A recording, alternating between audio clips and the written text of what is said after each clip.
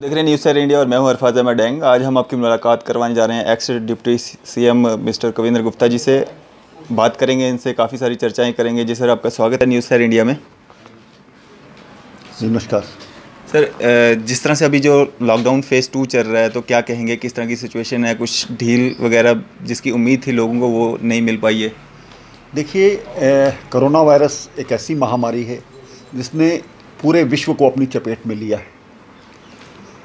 इस सभी हालात को देखते हुए भारत सरकार द्वारा जिस प्रकार के कदम उठाए गए हैं वो अपने आप में सराहनीय हैं और इन कदमों के द्वारा ही कहीं ना कहीं इसका कंट्रोल हुआ है। हमारी देश की सरकार, हमारी राज्य सरकारों ने इसको कड़े तरीके से पालन करने के लिए लोगों को कहा है और लोगों ने अपनी मर्जी से इसको किया भी। हालात को देखते हुए ये जो सेकंड फेज़ है इसमें निश्चय ही कुछ सुविधाएं तो दी गई हैं, कुछ ऐसे महत्वपूर्ण जो असेंशियल सर्विसेज हैं या जो रोज़मर्रा की लोगों से जुड़ी हुई एक ऐसी प्रॉब्लम्स हैं उसके लिए प्रयास किया जा रहा है। तो मुझे लगता है कि जो भी ढील दी गई वो अपने आप में एक सोचा समझा हुआ कदम है। लोगों को उसी प्रकार से समझना होगा। सरकार इसके बारे में चिंतित है, लोगों के बारे में चिंतित है, लोगों के खाने पीने के बारे में चिंतित है, लोगों की जो स्वास्थ्य के बारे में चिंतित है। इसी के कारण से मुझे लगता है कि जो भी पार्शली इस पर ढील दी गई है उसको लोगों को समझना चाहिए। सर, बात करेंगे हम, जिस तरह से लॉकडाउन चल रहा है, क्रिटिकल सिचुएशन जो हमारे पूरे भारतवर्ष, पूरे वर्ल्ड में बनी हुई है, तो हमारे भारतवर्ष में भी है। तो डेली वेजर्स, चाहे जिस किसी भी डिपार्टमेंट की हम बात करें, काफ़ी सफ़र करना पड़ रहा है उनको। चाहे हम पीडीडी डेली वेजर्स की बात करें, पीएचई डेली वेजर्स की बात करें, तनख्वाहें उनको टाइम पे नहीं मिल रही हैं। काफ़ी सारी वीडियोस वायरल हो रही हैं जिसमें वो अपने घर के बर्तन तक दिखा रहे हैं खाली हैं, और सर्विसेज उनसे पूरी ली जा रही हैं। काफ़ी परेशानियों का सामना करना पड़ रहा है। अगर कोई मीडिया के सामने बोलता है तो उसको टर्मिनेट किया जाता है। तो इस पर क्या कहेंगे, किस तरह का ये? देखिए, सरकार ने इसके लिए उचित कदम उठाए हैं। सरकार ने ये कहा है कि जो भी व्यक्ति उनको पे दी जाएगी और उनकी कोई पे काटी नहीं जाएगी, डेली वेजर चाहे हो चाहे दूसरा हो। नंबर 1। नंबर 2, जहाँ तक खाने पीने की चीज़ों की वस्तुओं का, वो समाज सेवी संस्थाओं द्वारा भी किया जा रहा है और उसके साथ ये हमारा पुलिस का डिपार्टमेंट, हमारा रेवेन्यू डिपार्टमेंट, ये सभी इसको कर रहे हैं, उनके बारे में चिंता कर रहे हैं।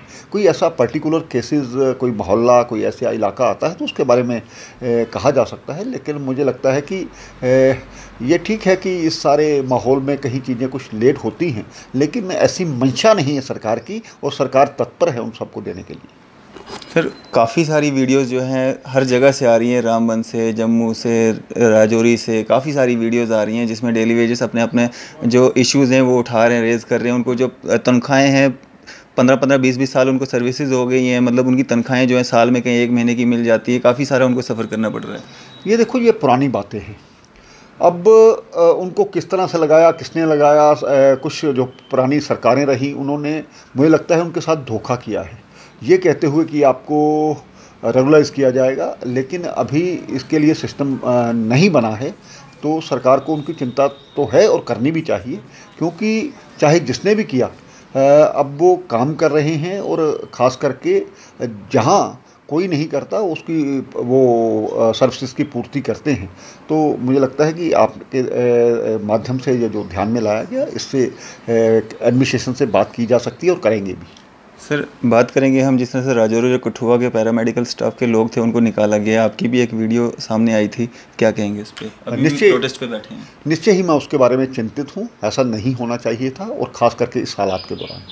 पहले से ही हमारी स्टेट में ये जो स्वास्थ्य कर्मी हैं उनको कमी है और मुझे लगता है कि इस प्रकार का निर्णय लेना क्यों लिया गया, ये गलत है। सरकार इसको दोबारा इस पर पुनर्विचार करे और उनको दोबारा नौकरी पर लाया जाए। और ये भी सोचना चाहिए कि जब भी कोई दोबारा कोई पोस्ट निकलते हैं उनको प्राथमिकता दी जानी चाहिए।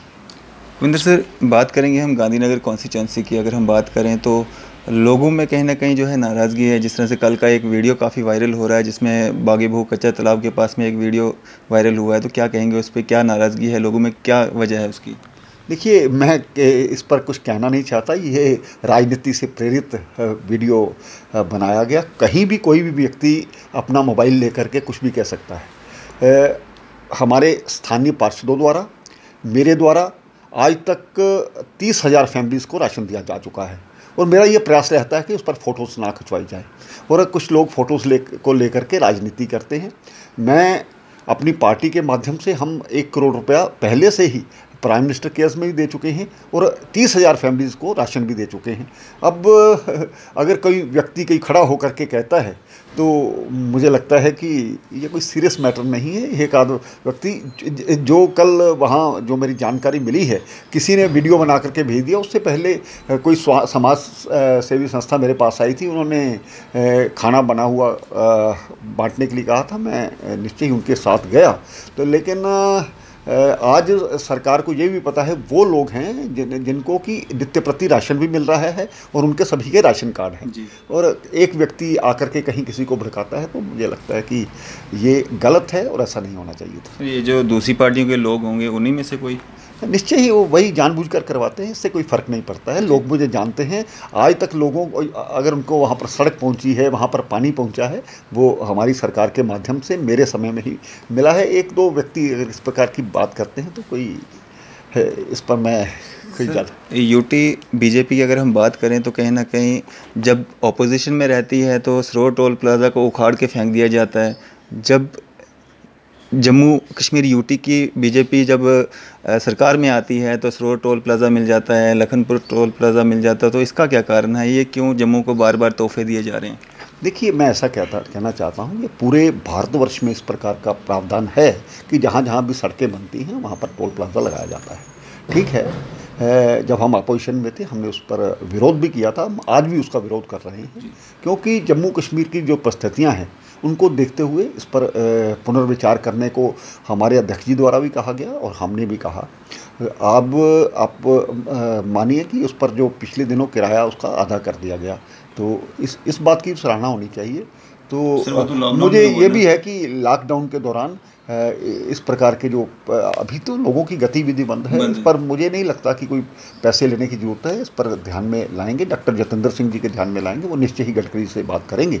तो मुझे लगता है कि जल्द ही इस पर भी निर्णय होगा। सर, आप लोगों के बीच में जाते हैं, क्या स्थिति देखते हैं आप बीजेपी की? आम जो पूरा क्या बीजेपी की अभी क्या स्थिति है, किस तरह का माहौल देखते हैं आप लोगों के बीच में? आज के इस माहौल में अगर कोई नज़र आए, तो भारतीय जनता पार्टी नज़र आ रही है। ठीक है, कुछ समाज सेवी संस्थाएं भी साथ में आ रही हैं, और बीजेपी एक्टिव रोल अदा कर रही है। हमारे जो स्थानीय बूथ स्तर तक हमारे कार्यकर्ता हैं, वो हर व्यक्ति की अपनी गली में चिंता करते हैं, और हमें विश्वास है कि नित्य प्रति हमारी ऑडियो कॉन्फ्रेंसेज होती हैं, वीडियो कॉन्फ्रेंसेज भी होती हैं। मैं भी अपने इलाके के लोगों के साथ हर दिन कहीं ना कहीं पर वार्ता करता हूं।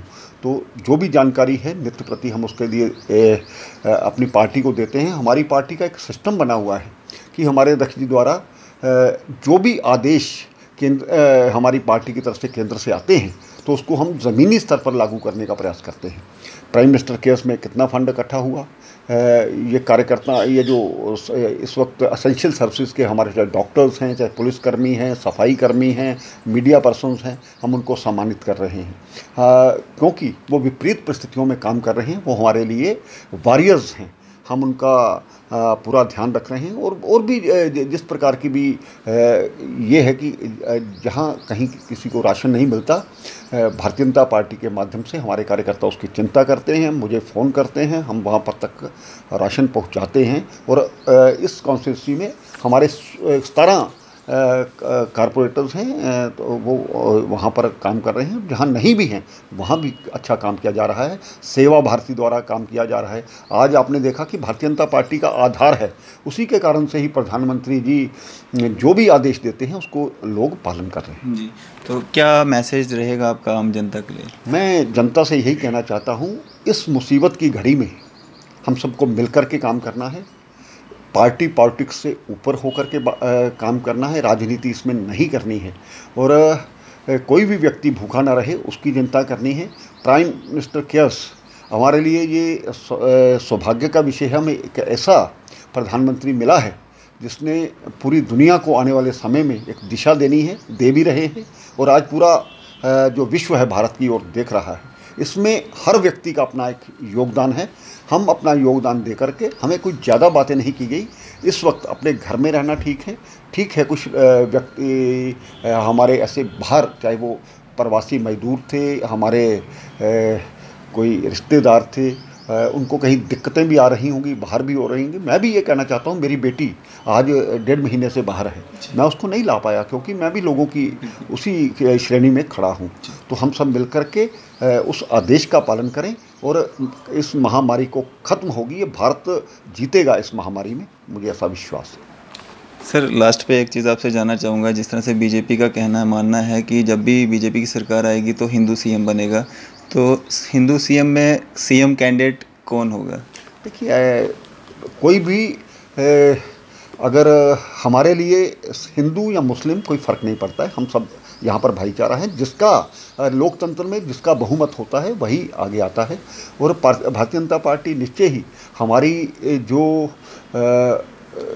आधार है वो ज़्यादा जम्मू में है, और हमें विश्वास है कि आने वाले समय में भारतीय जनता पार्टी यहाँ पर सरकार बनाएगी, और लोकतंत्र में बैठ करके जो भी उसमें उसको नेता चुना जाएगा तो मुझे लगता है वही चीफ मिनिस्टर होगा। शुक्रिया सर हमारे साथ बात करने के लिए। तो ये थे हमारे साथ कुविंदर गुप्ता जी, जो कि बीजेपी के सीनियर लीडर और पूर्व एक्स डिप्टी सीएम रह चुके हैं। मैं अरफाज़ अहमद डेंग, न्यूज़ सहर इंडिया के लिए।